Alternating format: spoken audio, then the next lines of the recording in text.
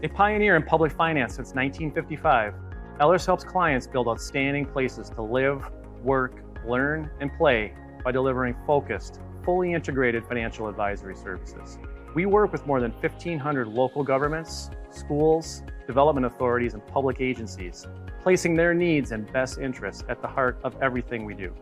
We help our clients navigate all facets of public finance, including financial management planning, economic development and redevelopment, debt issuance and management, investments and treasury management, and arbitrage consulting. At Ellers, we believe strong communities aren't simply the result of transactions. They're the result of people. We build strong, long-lasting client relationships, collaborating with your staff to complete projects and drive new initiatives forward. Building strong, vibrant, and sustainable communities. Together, it's what we do. For more information, call us at 1-800-552-1171 or visit ellers-inc.com.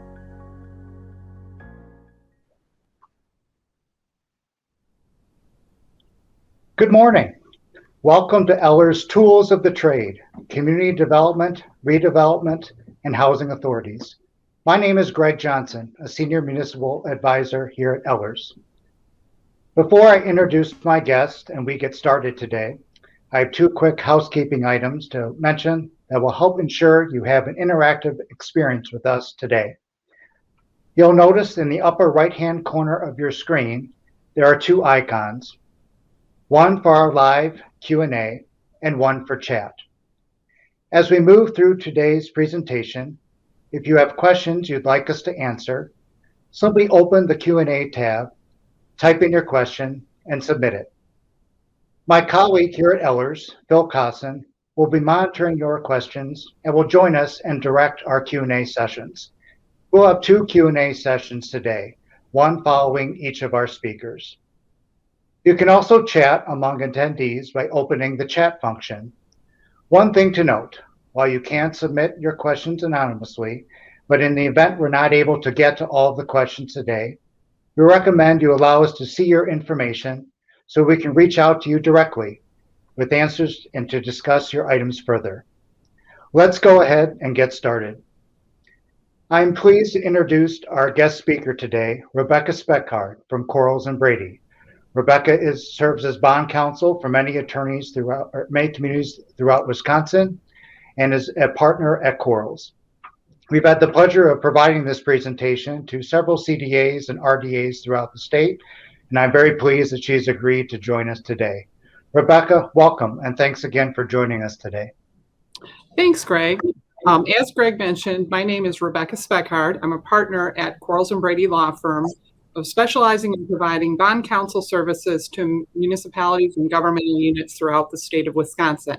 I appreciate the opportunity to be here with you today to talk about community development authorities, redevelopment authorities, and housing authority financing options here in the state of Wisconsin. So our goals for today is that I'm going to attempt to summarize briefly the legal options for a redevelopment authority, housing authority, or community development authority to finance redevelopment and housing projects. One important item to keep in mind is while I'm going to be summarizing the legal options that are available under Wisconsin law, there are going to be financial and practical limitations on those financing options and the ability of an authority to utilize those options. And those financial and practical limitations are going to be covered in more detail in Greg's portion of the presentation. So starting off with redevelopment authorities, let's take a look at the statutory authority for those entities. Redevelopment authorities derive their power to act under statutes section 66.1333. Under that statute, the redevelopment authority is a separate body, corporate and politic, that's created by a city or a village for the purpose of carrying out light elimination projects within that city or village. They are created by a 2/3 vote of the governing body, and typically they would have bylaws and statutes that govern their operations. The the membership of their governing body is either 7 members who are nominated by the mayor or village president and then confirmed by a vote of the council or village board. Switching over to housing authorities derive their power to act from Wisconsin Statutes 66-1201. Like redevelopment authorities, they are a separate body, corporate and politic, that is created by a city or a village for the purpose of carrying out housing projects, as their name implies, to remediate unsafe housing or to provide housing for persons of low income.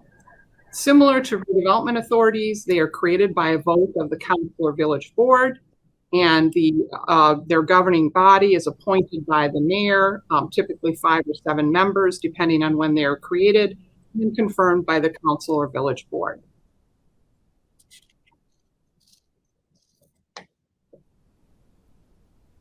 Last but not least, community development authorities.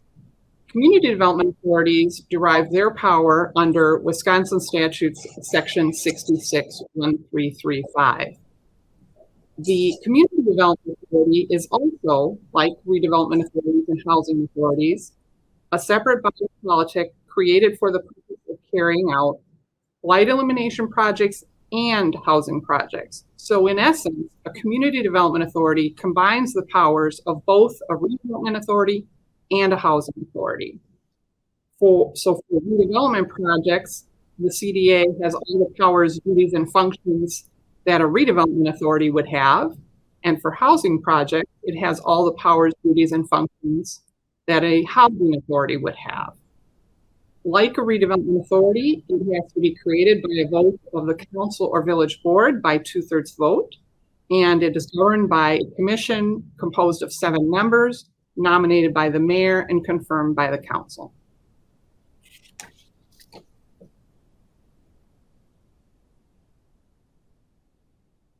So next, let's look at redevelopment projects.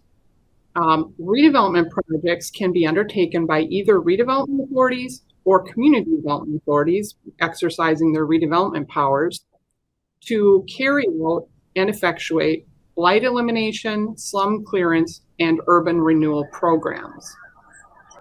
Important thing to keep in mind is that those powers, before those powers can be exercised, there is a blight designation process that has to occur.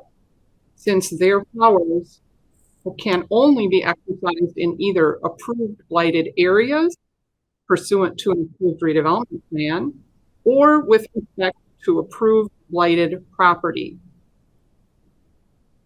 An item to note with regard to the definition of blight. It is not just the classic urban blight that you would think of hearing that term.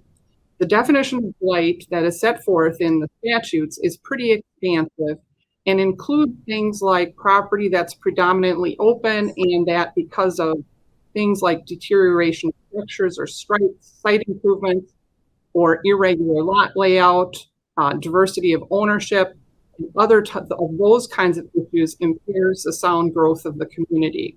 So the blight definition is fairly broad, and there are a number of factors that could lead to and support the blight finding by the governing body. Whether it is a blighted area or a blighted property, there is a procedure that has to be followed that's set forth in the statute for that designation. And that includes notice to property owners, a public hearing, and then a resolution approving the blight designation by the authority and approval by a 2/3 vote of the council. So just keep in mind there's a fairly detailed process that has to be undertaken in order to get the blight designation in place for either just blighted property, or for an entire blighted area. Once that's in place, then the CDA or redevelopment authority can exercise their powers. And included in those powers is the ability to finance projects through issuance of bonds. But it's important to keep in mind that neither redevelopment authority or community development authority has taxing power. So they do not have the ability to levy taxes on property within their jurisdictions.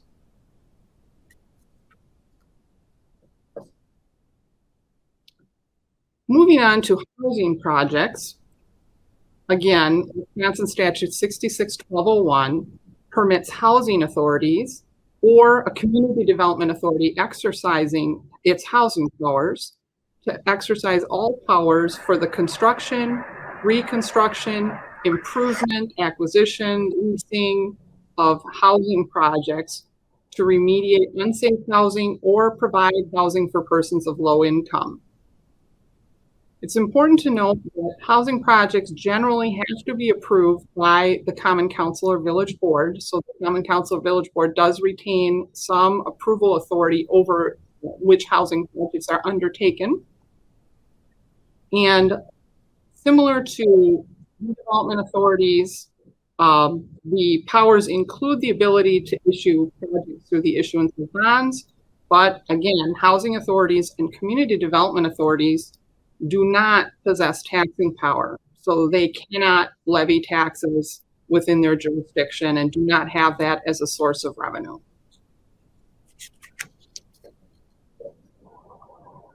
So let's talk about financing tools in a little bit more detail. So all three entities that we're talking about have the ability to borrow money and issue bonds. They have the ability, with some restrictions, to mortgage and encumber their property. They can execute notes, debentures, and other forms of indebtedness. They can enter into contracts and provide security as necessary for their bond issues.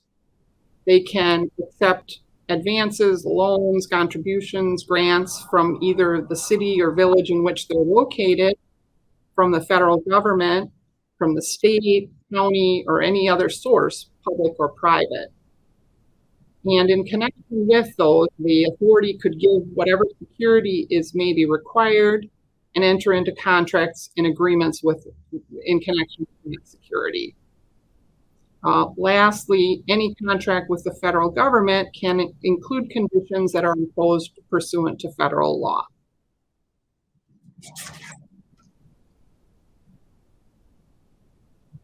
Talking about bonds in a little more detail, as I mentioned, all three entities have the ability to issue bonds.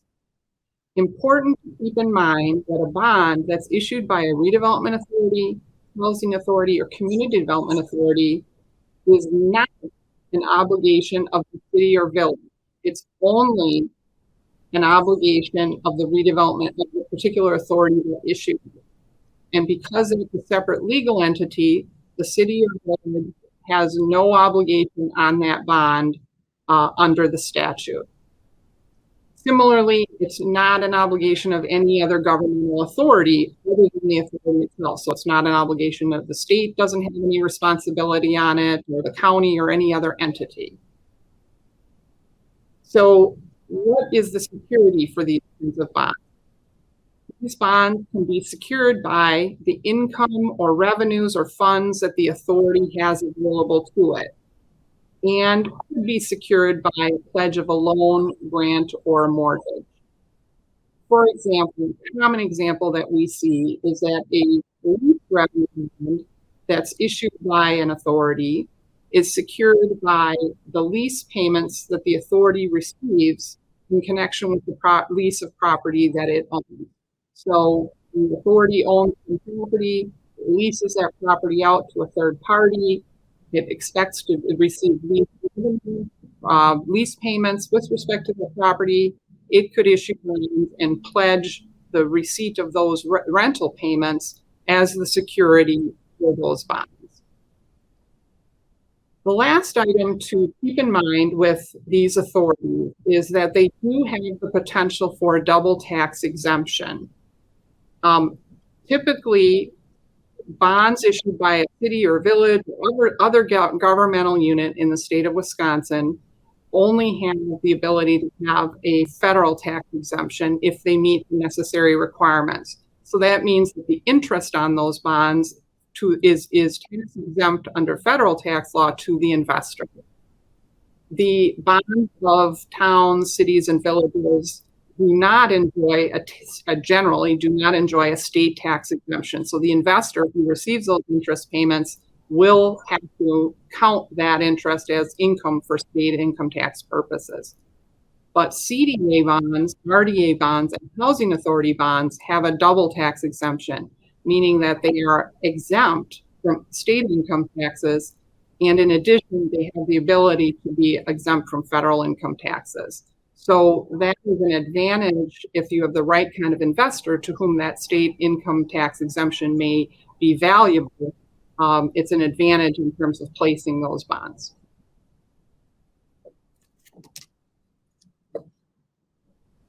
Finally, it's important to keep in mind that in addition to bonds issued by the authority itself, the city or village in which the authority is located can issue bonds directly by the city or village, bonds or notes, and make those funds available to aid the authority. So for a city or village, they could issue general obligation bonds or notes and then provide the proceeds to the authority. And similarly, they could also enter into state trust fund loans or bank loans for that purpose.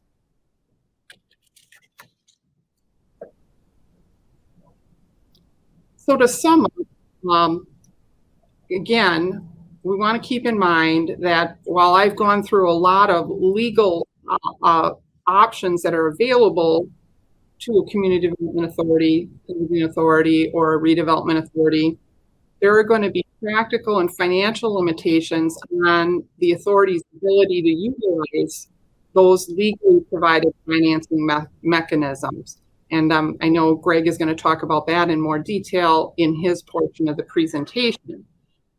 This concludes the legal portion of my presentation, but we want to take a few minutes at this time to address any questions that the audience may have thus far on what you've heard. And if so, please go ahead and submit those questions using the Q&A function now.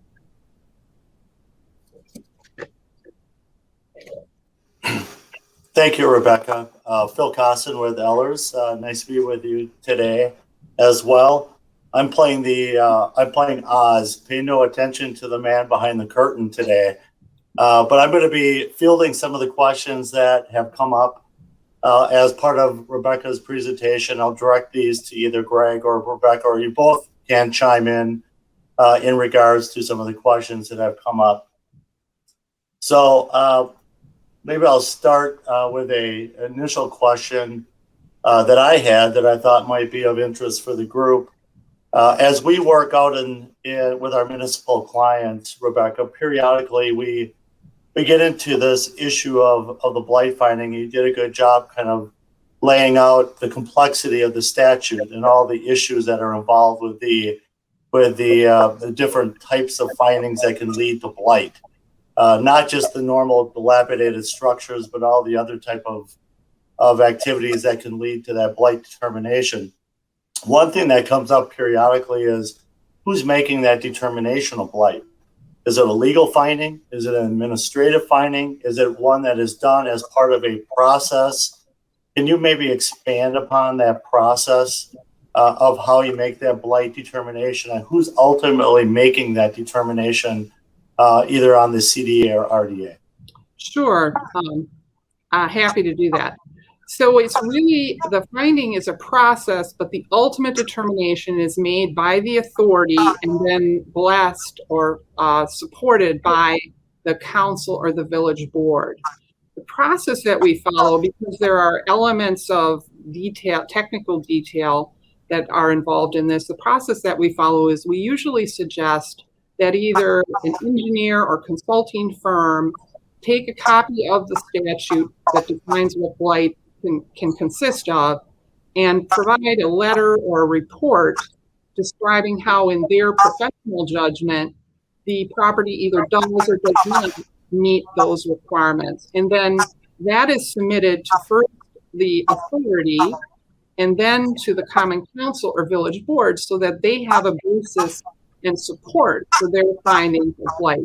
But ultimately, it is their determination that based on the factual conditions of the site that are reported to them or that they understand from viewing the site and from all the reports of consultants and experts who have visited the site, their determination is, does the conditions that are described in the letter meet the statutory requirements in the detailed definition of blight.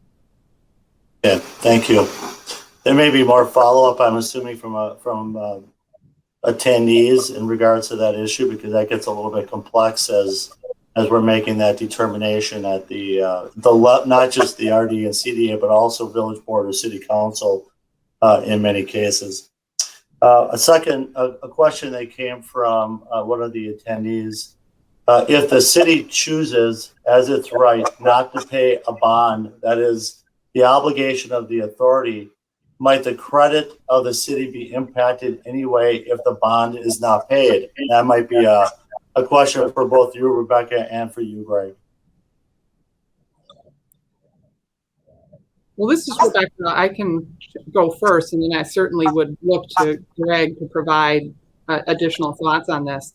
While often these are structured to say that the city or village is not technically responsible, it's going to depend on the documentation.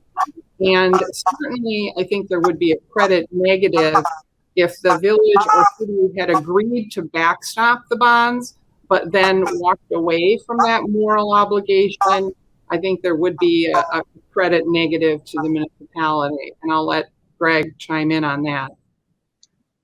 I agree with Rebecca's comments. Certainly, any time you have an outstanding debt obligation, even if it's of a CDA or redevelopment authority, it's in the community's best interest to make sure those debt service payments are made timely. Because even if the CDA or RDA, that form of debt has its own rating, which often does occur, it can still have impacts to the overall creditworthiness of the municipality in terms of how they're evaluated by rating agencies. So certainly CDA or RDA debt, we encourage all those debt service payments would be made timely, just similar to general obligation or other forms of debt that may be outstanding for a city or village.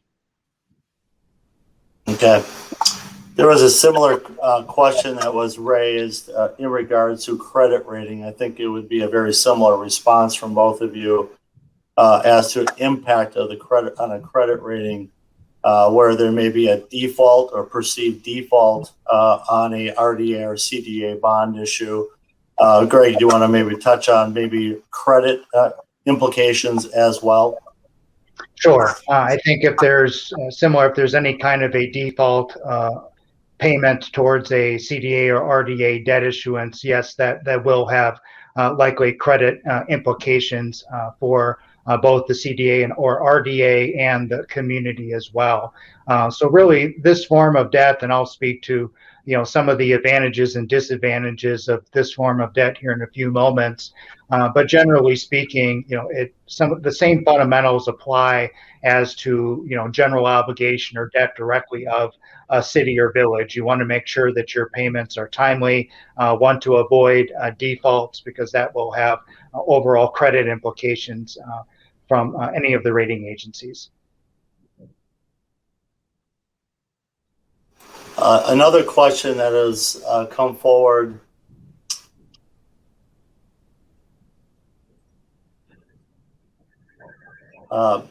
Question regarding the early stages of blight discussion. What are suggestions for how to best broach the topic with property owners of potentially blighted property? So again, if you're doing a larger area and you have to make that determination of at least 50% is blighted, that's going to include many times properties that are not blighted. So how do you broach that topic with those individuals that may be included in a redevelopment area that are not part of that the blight determination? Maybe I'll start with that, Rebecca. You can certainly add as you see fit. I think in terms of, it's important to have an educational process when you're doing either a redevelopment plan or a spot blight finding, where you're making that legal determination and referencing that statutory criteria that describes blight. Understandably, many property owners may not appreciate getting a letter or a notification saying that their property is blighted. I think one of the immediate concerns that property owners typically have is that somehow is going to devalue or reduce the worthiness of their particular property, and that isn't necessarily the case. Just by being part of a redevelopment plan, or if you're in a TID district that is designated as blighted, that doesn't automatically mean that your property values are going to be less. In fact, normally these types of redevelopment plans, or if it's part of a broader TIF district that incorporates that redevelopment area, usually that's being put in place to try to encourage some additional redevelopment and to enhance and increase property values. And that's the overall objective of those areas. But in terms of, reaching out to property owners and explaining some of that criteria, a blight designation also doesn't impact your zoning. Any zoning changes have to go through the normal zoning process. If your property is designated as blighted, it doesn't automatically mean that any kind of eminent domain is going to be occurring as well. So it's really about kind of understanding this process, and usually the blight finding or a redevelopment plan is usually kind of the first step to other initiatives in an effort to likely increase the property value within that area. Those are the end of the questions that came from the attendees, but another question that I've had asked of me over the years in regards to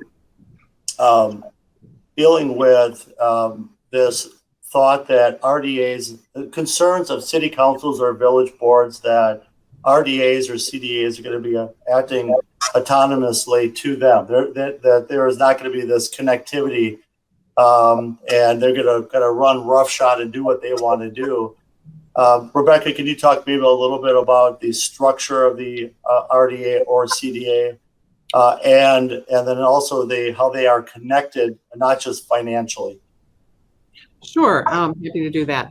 So initially, in the first instance, as I mentioned earlier, the members of the RDA or CDA and Housing Authority are appointed by the city. So in the first instance, the city or village controls the makeup of the board membership of the authority. So that is something that there is that connectivity there. Second, as I mentioned, there's some procedural safeguards built into the statutes where, first of all, you need a 2/3 vote of the council or village board to create a CDA or an RDA. So there's kind of a supermajority requirement there. With regard to any blight finding, there's a 2/3 vote of the council or village board that's required. So again, supermajority approval for any blight, blighted area or blighted property designation. So that gives the council or village board a significant amount of input as to their ability to approve or not approve any particular project.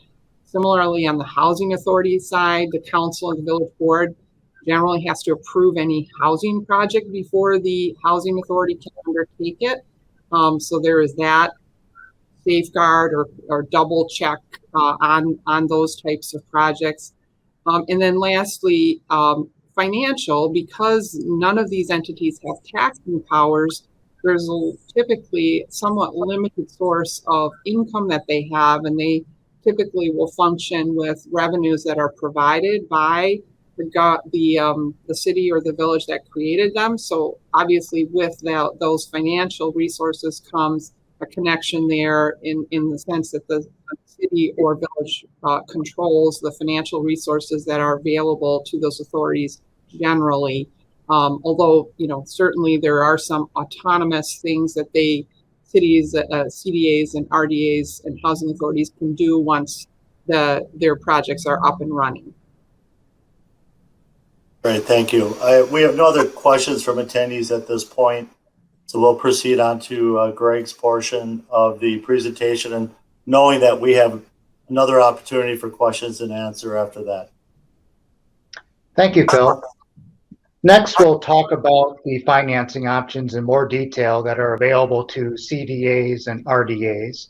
So we'll start by discussing some of the main advantages that are available for the financings of this nature. The first is that any debt that is issued by a CDA or an RDA is generally considered revenue debt. What does that mean? There are generally two forms of debt that are permitted under Wisconsin statutes: general obligation debt and revenue debt. General obligation debt is the most common form of debt that's issued by cities and villages, but there's a limit on the amount of general obligation debt that you may have outstanding. Revenue debt, there is no statutory limit on the amount or principal of revenue debt that you can have outstanding. This is really the primary reason that most CDAs or RDAs become involved in financing projects, is to preserve that general obligation borrowing capacity for the municipalities. So projects that cannot be funded with revenue debt, a community still has that adequate debt capacity to proceed with those other types of projects. Another main financial benefit is the term of CDA or RDA financings. General obligation debt under state law cannot have a term that exceeds 20 years. CDA or RDA debt issuance can go longer than 20 years by statute. However, it's important to understand that if that term is longer than 20 years, there needs to be an investor and an appetite and market conditions that all come together to find an underwriter that is willing to underwrite the bonds for a term longer than 20 years. So while it's legally available to have a longer term debt issuance through a CDA or RDA, it's important that there be a thorough vetting of the market to make sure that there's sufficient underwriter interest to place that longer term debt. Some of the disadvantages and risks that are associated with CDA and RDA financings. The first is that it is not viewed by investors as a secure form of debt as general obligation debt. General obligation debt is backed by an irrepealable tax levy pledge. For investors, it's a very secure form of debt because a community is agreeing to levy a property tax annually to repay the debt service. As revenue debt, that GO debt pledge does not exist. And so that's generally viewed as a riskier form of debt issuance. So what that means is that there's typically going to be a higher interest rate that you're going to pay for this form of debt. Similarly, there's a narrower market for this type of debt as well. Wisconsin municipalities enjoy a very wide market and interest, not only within the state, but nationally, typically when general obligation debt is sold.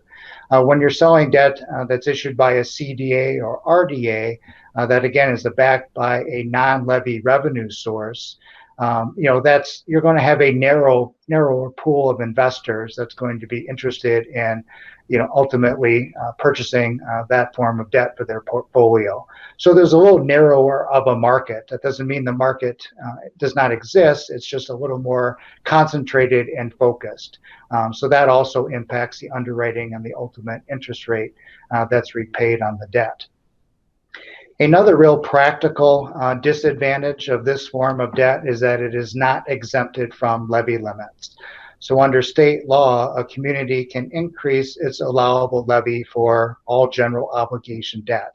So while it's also backed legally by that irrepealable tax levy pledge, which is viewed as a more secure investment by the investors, that same levy limit adjustment is not afforded for CDA and RDA revenue debt. So that's a practical concern for communities, because if the revenue that you're pledging to repay that debt service, if it's through a tax incremental finance district, for example, if that TIF revenue is insufficient, you just can't increase your allowable levy to cover that shortfall.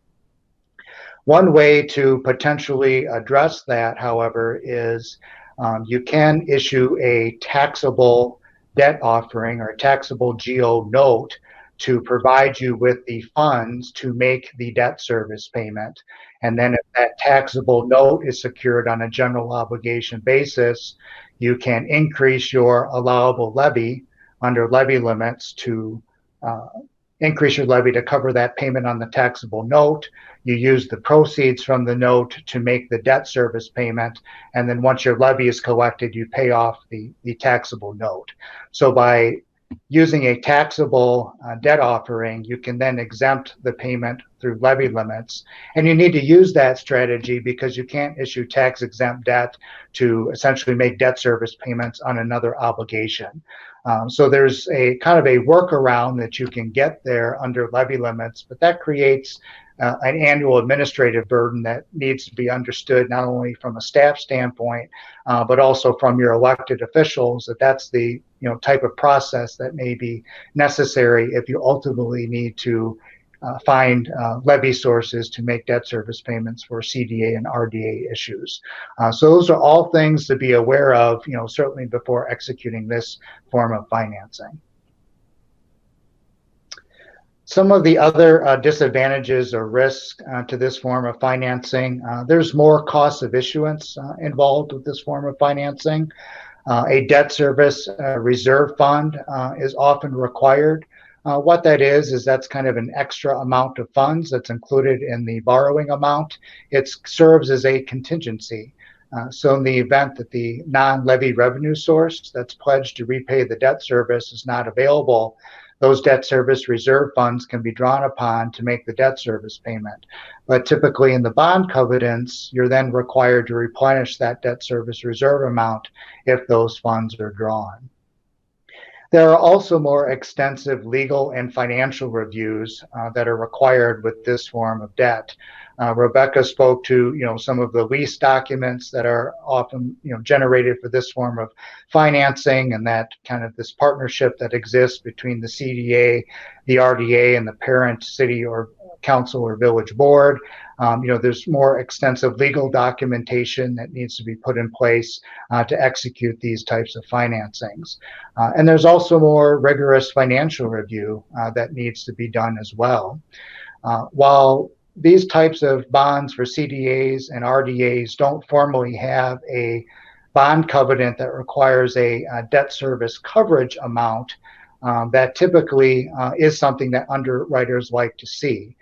Typically, if you issue water or sewer revenue bonds, for example, where you're pledging those revenues from the utility to repay the debt service, over the life of the bonds, the net revenues of those utilities each year have to be 1.25 times higher than the debt service payments. That formal bond covenant may not exist for a CDA or RDA debt issue explicitly, but from an underwriting standpoint, that coverage is still something that underwriters like to see. So they like to make sure that there is still some strong coverage, even if that formal bond covenant does not exist.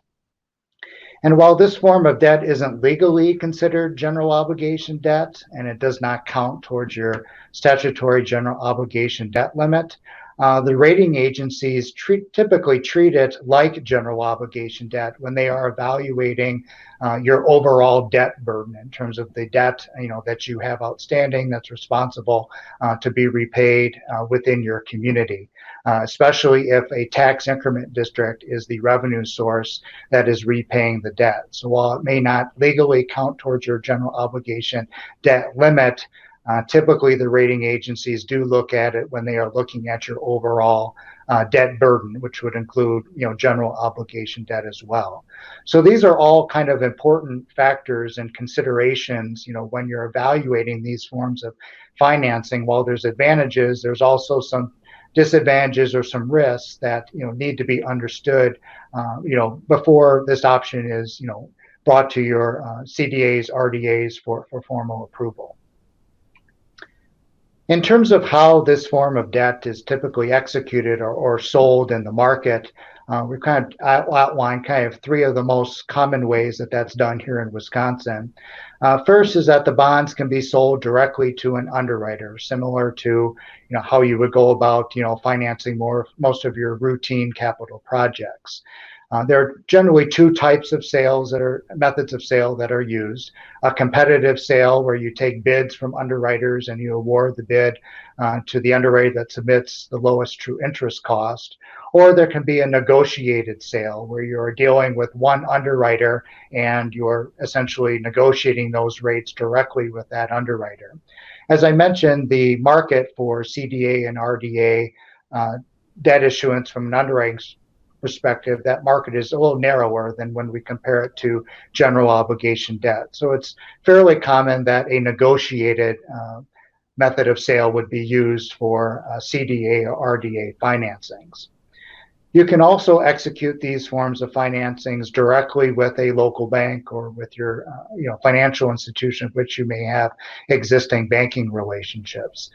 The key here is to get the bank comfortable with the level of legal and financial security pledge that is being offered. The most important thing for them to understand is that this is not going to be a general obligation issue backed by an irrepealable tax levy pledge, and they need to understand the revenue source that is being repaid for the debt service. Most banks, if they do direct loans to communities, may use forms that are generated by the Wisconsin Bankers Association. These forms are not really set up to handle a CDA or RDA transaction. They're generally set up for a general obligation offering. So while you may be working with your local financial institution, it's usually advantageous to work with your bond counsel firm to potentially draft up some of the documentation to make sure that it is legally being issued as a CDA or RDA issue. And banks may also really want to prefer a shorter repayment term, particularly if there's some concerns about that revenue source that is being pledged to make the repayment. But banks can be excited for these types of offerings, particularly if it's supporting some type of a community project or redevelopment initiative. It's a way for them to get involved directly as long as they are comfortable with the security and the overall kind of credit that's being pledged to repay the debt service. You can also utilize the USDA Rural Development Program. You can execute CDA or RDA financings through this program as well. They're typically done on the same revenue pledge. They often can use a term that is greater than 20 years. However, there is application and eligibility requirements that need to be satisfied for these types of projects. So while you may also be investigating if you can meet the legal requirements to have your CDA or RDA involved through redevelopment plans or blighted areas, it's also important though to make sure that your project will qualify for the loan through the USDA programs. So we encourage that to be kind of investigated before certainly this option moves towards implementation, making sure all of that eligibility criteria can be satisfied. So in terms of some of the kind of key messages, in terms of the availability and practicality of using your CDA or RDA for financing, again, the main advantage is that this is considered revenue debt under state statute, will not count towards your general obligation debt limit. So again, that's really the primary financial benefit and the reason communities choose to use this form of financing. Also, if there's investor and underwriter interest, you can possibly look at extending that debt over a longer term, which can be particularly advantageous if you're financing projects through a TIF district, if it's a blight or rehabilitation TIF district that has a maximum life of 27 years, sometimes having a few extra years beyond that 20-year limit for geodebt can be advantageous if that's the revenue stream that's going to be repaying the debt service. The main risks are, you're going to be paying some higher interest rates. That's ultimately going to depend on market conditions at the time, and certainly the credit factors of the community that is issuing the debt. But there will be a distinction and separation between what you pay on a GO and what you pay on a revenue pledge. Certainly, if you can demonstrate that there is that strong coverage and that the revenue stream is fairly solidified, or there's a history of that revenue stream sufficient to cover the debt service, that can help narrow that interest rate differential. But that's an important consideration to understand as well, just in terms of some of the higher interest rates that you're likely going to pay.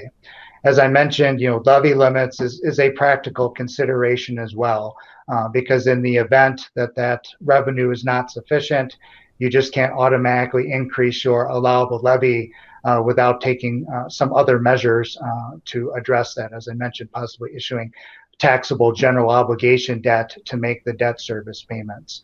So understanding that going in, and particularly if it's for a financing that's longer term, knowing what your provisions are going to be to address those revenue shortfalls if they occur are very important to understand, and one of the key risks that need to be mitigated with this form of financing. And then kind of taking all those factors into account, there's those underwriting standards, that are a little stricter, when you have that non-geo debt and non-property tax levy that is serving as the security and the repayment source for the debt. So in terms of the overall bottom line, we view at Ellers, it's always important to understand all of your financing options that are available to you. It's certainly important to know that this tool is available and can be used if the legal criteria can be satisfied, and some of the financial thresholds that we've discussed can be addressed as well. This can be an effective financing tool, particularly to help, preserve some of that general obligation debt capacity. And I think the way this is most commonly used in Wisconsin is through tax incremental finance districts. And so while that can be a strong revenue source that can be pledged to repay the debt, again, there needs to be some, evidence or likelihood that revenue stream, is going to be available.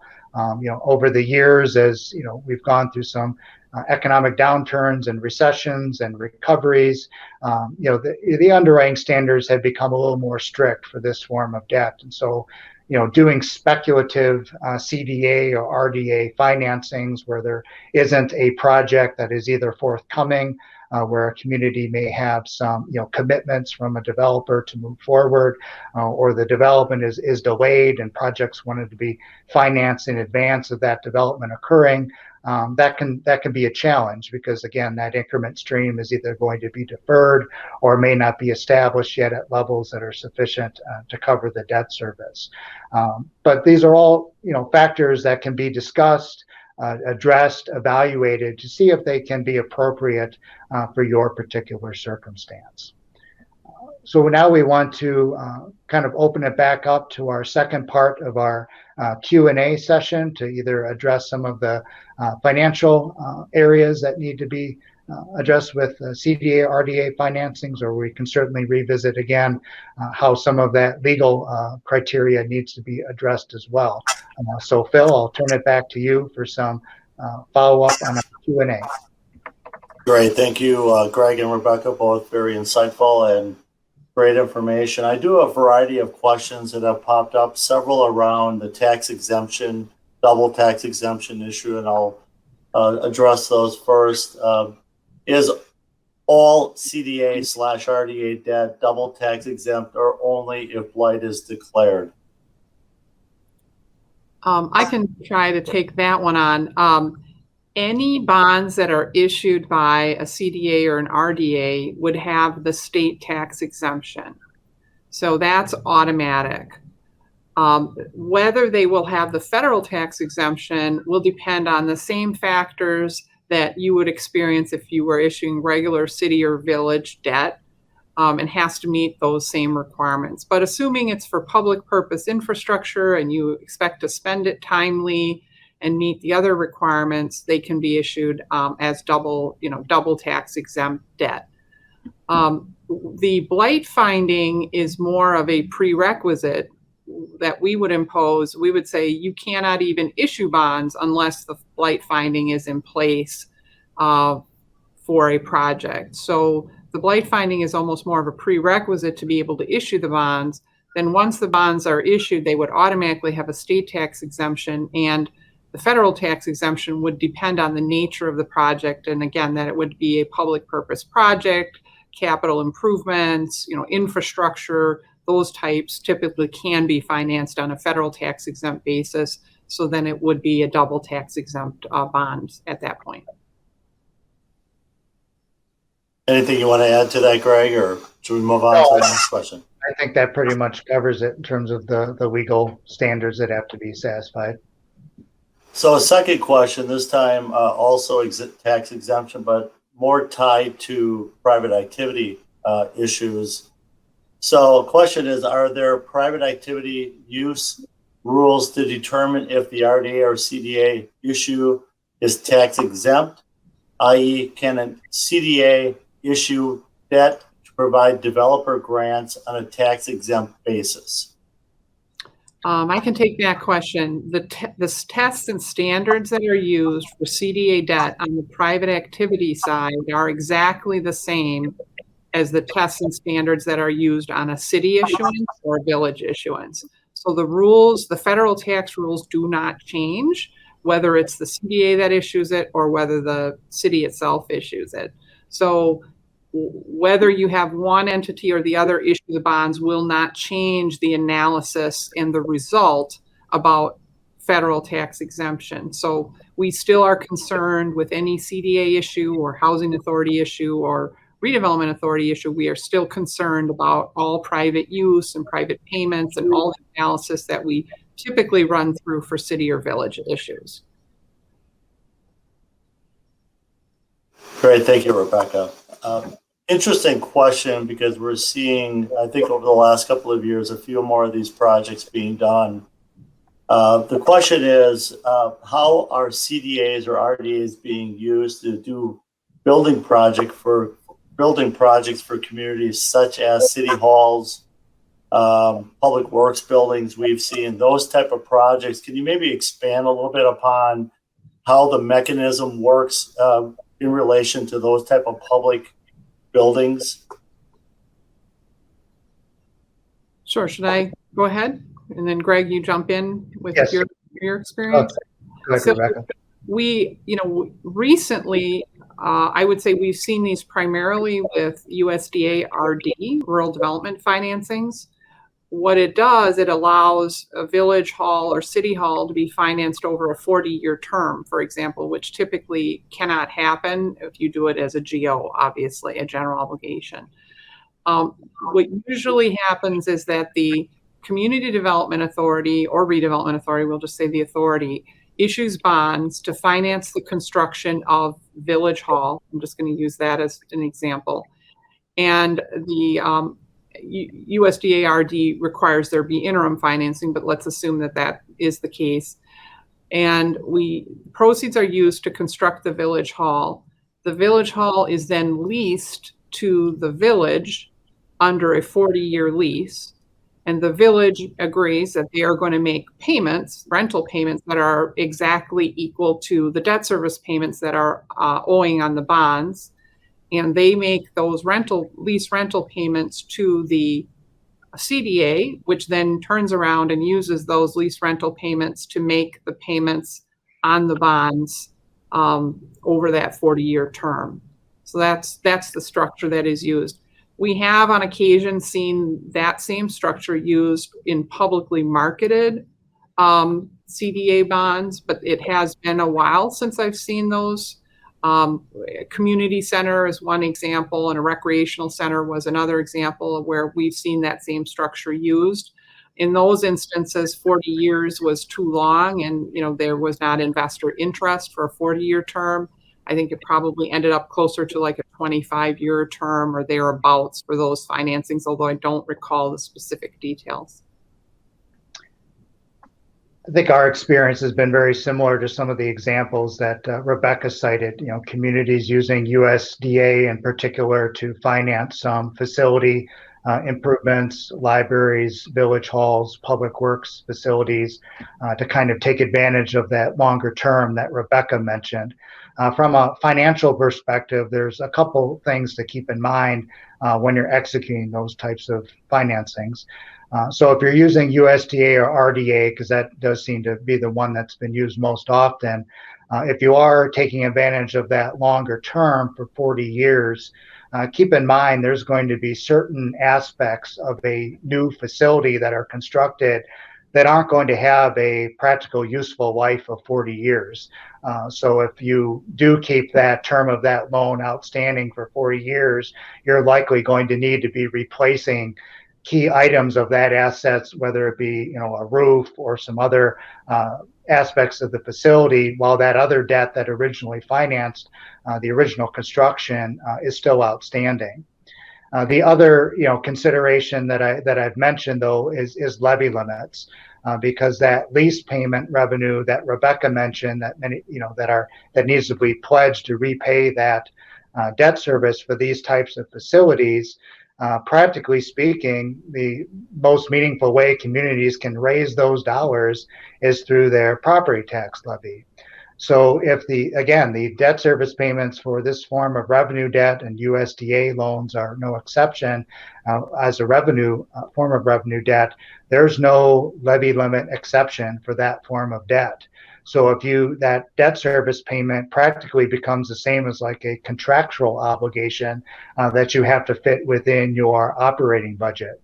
So if it cannot fit within your existing allowable levy, you're going to have to go through that, potentially annual practice of issuing a taxable general obligation note to give you the funds to make your debt service payment. So that note can then be exempted under levy limits. And then once you collect your levy at the start of the fiscal year, you pay it off.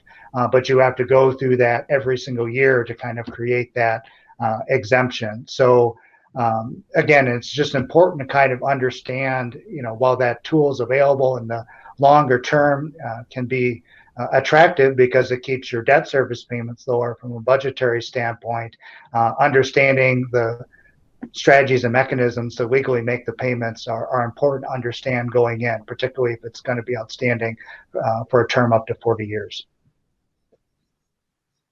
Great, thank you. So the next couple of questions really center around the bylaws that would create either an RDA or CDA. The last decade plus or so, when a new CDA was formed, in many cases it was formed as a financing tool. And even with that, many local units of government want to see some restrictions tied to the RDA or CDA. And they try to do that through the bylaws. So, Rebecca, maybe it's a technical question of, is that allowed under the bylaws? But then there was a question, can a municipality use the CDA, RDA, or HRA bylaws to restrict the activities of the subordinate entity? So this has got to get to that issue that we've seen where there's kind of this trust factor a little bit, and they're trying to restrict as much as they can the activities of the CDA or RDA. Yes, I mean, I think that it is an ongoing conversation that happens or dialogue that happens, and we have seen either bylaws or as part of the resolution that creates the CDA, RDA, or housing authority that there would be specific restrictions imposed as part of that resolution that says, it's going to have these powers but not these other powers. Often, eminent domain is one that might be called out. And certainly, that's something that can be done. I would just caution that it be thought through and there be a thorough discussion and evaluation, because on occasion we've seen one where there's a bylaw restriction or a resolution restriction like that can cause problems later on for a particular financing tool or mechanism that's being desired, where then you have to go back and amend the bylaws or amend that resolution that created the original authority in order to adjust some language to allow something that is desired from a financing perspective. I think it is something that you'd want to consider fully all the potential consequences before imposing those kinds of restrictions. Right. So maybe a little bit of an odd question. And Rebecca, in your experience, have you seen a community that may have had an existing housing authority that was inactive, or an RDA that was inactive, that that actually wanted the broader powers of a CDA and disband the first group and roll it into a CDA? Have you run across that? I think we probably have. And one thing to note is if a municipality creates a CDA, that automatically terminates the redevelopment authority and housing authority that are operating within that municipality. So on occasion, we have seen instances where communities realize that, hey, we have an existing housing authority that we want to keep operational because it's doing a good job and it's doing what we want it to do. We're not going to create a CDA because creating a CDA would automatically terminate our housing authority. Instead, we're going to create a redevelopment authority. So, that is something that we see occasionally. Generally, municipalities would prefer to create a CDA because it just is more efficient because it combines both sets of powers. But if you already have an existing housing authority, then it's something to consider of whether you want to terminate that housing authority by creating a CDA, or whether you want to leave the housing authority in place. And then if that's the case, you may prefer to create a redevelopment authority to handle blight matters. So there's a rather open-ended question I'm glad I'm not going to answer that's out here. I'll leave it to the two of you. Are there any tips on how to convince the local legislative body to trust the RDA CDA to use the full extent of their powers granted in the statutes? In their case, they said our RDA remains basically a recommending body with everything they do requiring council approval. I think that is probably something we see on a regular basis, knowing that there are these constraints financially in many cases for an RDA or CDA to act independently. Any thoughts, tips on maybe how you address that issue with legislative bodies? I think one way we've seen kind of CDAs and RDAs, have maybe more regular involvement, but again, it does kind of require that consent of the city council or the village board, is to kind of utilize them as kind of a formal economic development group to kind of really help maybe further define the objectives within a community for identifying areas where economic development or redevelopment should be targeted within a particular community, or helping establish maybe some programs or evaluating projects that come forward that are requesting some form of financial participation from the community, whether that be TIF or through some other means.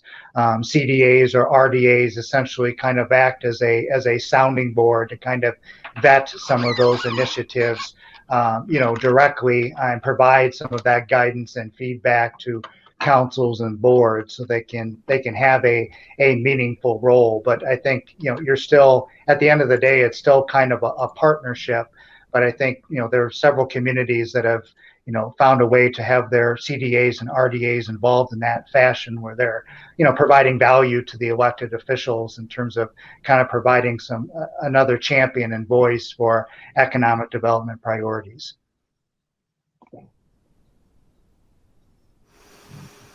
I'm not supposed to answer my own question, but I'm going to say one other item that I've run into, where we have a few municipalities where their RDA or CDA are actually holding the public hearings as opposed to the Plan Commission for creation of tax increment districts, especially where it's a redevelopment type plan, since they are so active in that area. So we've seen that as another avenue for them to be involved as well. One last question that I have, nothing else formally that has come in, but one last question that I have for the two of you. I view RDAs and CDAs as, and many times, as kind of active versus inactive. Greg talked a lot about the fact that many of them are really financing tools to issue bonds. In the case where they are more active, one of the things that we hear asked often is, what are some ways to fund the RDA and CDA? How can we access capital, and knowing that you don't have the taxing authority to do so? One approach, obviously, we've included RDA or CDA contributions as part of a tax increment plan, and maybe Greg, you can talk about that more. A second that I've seen of recent is CDBG closed funds that many times are being dispersed by counties for specific projects. And I'm wondering if that may be another vehicle they can look at as a way to provide some capital to, where an RDA or CDA that is more active would have the ability to become more of a player in a redevelopment project. Yeah, Phil, I think you hit on one of the main mechanisms that communities use to fund CDA and RDA activities is through tax incremental finance districts. One of the permitted project costs in the TIF statutes is contributions to a CDA or an RDA. But of course, that requires some tax increment to be generated within a particular district to fund those types of activities. So you do need the increment to be available to support that particular project cost. Another way to potentially provide some funding for CDAs and RDAs is upon the closure of a TID district, particularly if you are receiving some payout at the end, if there's some excess funds, those funds can be redirected towards, redevelopment activities that can be spurred by a CDA or RDA, because as we've discussed, they may be involved in the initial creation and ongoing involvement of a tax incremental finance district, but many communities want to see that involvement continue once that TID district closes. And so if you do have some funds that are dispersed at closure back to the municipality, those are unrestricted. Those could part or all of those could be reinvested back into your CDA. And then I agree, as you mentioned, some of the closeout funds from community development block grants can be redirected towards those types of activities as well. But I think it's, obviously the ongoing funding, it's like everything is a challenge under the levy limit environment. But I think a lot of communities have seen that, the CDA or RDA can be a very positive extension of staff to really help promote some of these economic development initiatives. We do have another question that just popped in. Can towns have CDA or RDAs, Rebecca? Yes, that was an amendment to the statutes. It was a while ago now, but yes, they do have the ability to create CDAs and RDAs. So they can take advantage of those types of financings. Great, thank you. I know other questions have come forward from the participants, and so with that, I'll turn it back over to Greg. Great, thank you, Phil. We just want to remind everybody that we will be sending out an email just looking for feedback on today's session. So look for that here within the next day. We certainly appreciate any feedback that you can provide to us and welcome that direct input. So please check your email and look for that opportunity to provide us with that particular feedback. Also, just a future programming note, our next session is a week from today on March 31st. The session is the fast-changing world of public disclosures and COVID. My colleague Joe Murray here from Ellers will be moderating a discussion with Alex Gore, a partner at Quarles and Brady, and Natalie Clays, an analyst at Moody's Investor Services. So we certainly encourage you to join us next week for that timely topic. With that, I just want to conclude by thanking Rebecca Speckard for agreeing to be our co-presenter here today. She's a wealth of knowledge, as she's demonstrated here this morning on this particular topic, has worked with a lot of CDAs and RDAs around the state. She's always very generous with her time and a great resource. So Rebecca, on behalf of us at Ellers, thanks again for agreeing to partner with me on the presentation today. Thank you. I was very happy to be here. With that, thanks again for joining us today. Again, look for the survey and the opportunity to provide feedback, and we hope you'll register for our future sessions. If you haven't already, please visit our Ellers website where you see all the future sessions that are available, and you can have the opportunity to register for as many as you see fit. Thanks again for joining us, and have a great rest of your day.